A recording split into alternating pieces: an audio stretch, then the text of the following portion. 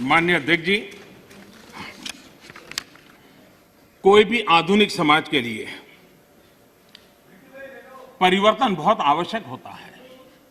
हमने देखा है जिस प्रकार से उस कालखंड में विरोध होता था, लेकिन राजा राममोहन राय जी जैसे महापुरुष, ईश्वर चंद्र विद्यासागर जी जैसे महापुरुष, ज्योतिबा फुले जैसे महापुरुष, बाबा साहब आंबेडकर, कितने अनगिनत नाम हैं।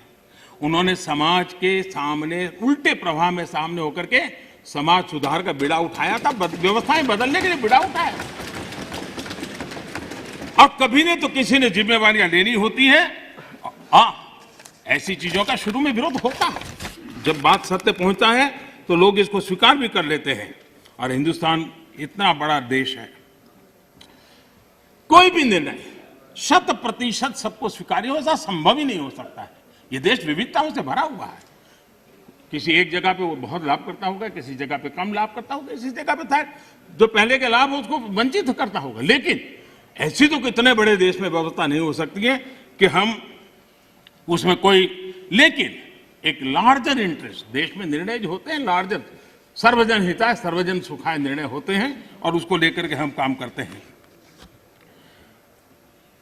माननीय अध्यक्ष जी, ये सोच के साथ मेरा विरोध है।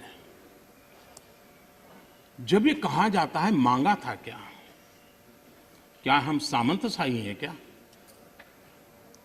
कि देश की जनता याचक की तरह हमसे मांगे, उनको मांगने के लिए मजबूर करें?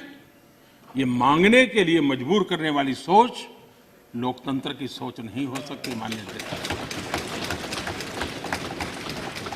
सरकारें संवेदनशील होनी चाहिए।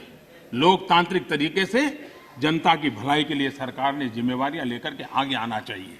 और इसलिए इस देश की जनता ने आयुष्मान योजना नहीं मांगी थी, लेकिन हमें लगा कि गरीब की बीमारी में बचाना है तो आयुष्मान भारत योजना लेकर के जाना चाहिए।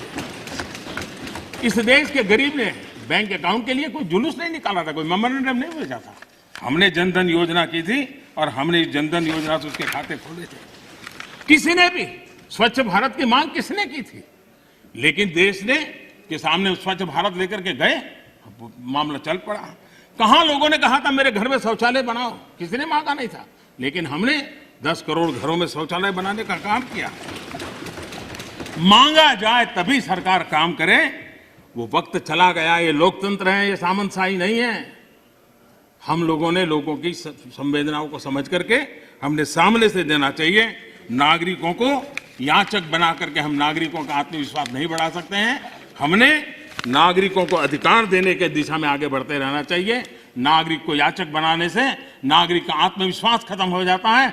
नागरिक का सामर्थ्य पैदा करने के लिए, उसका आत्मविश्वास पैदा करने के लिए हमारे कदम होने चाहिए और हमने इस दिशा में कदम उठाए हैं।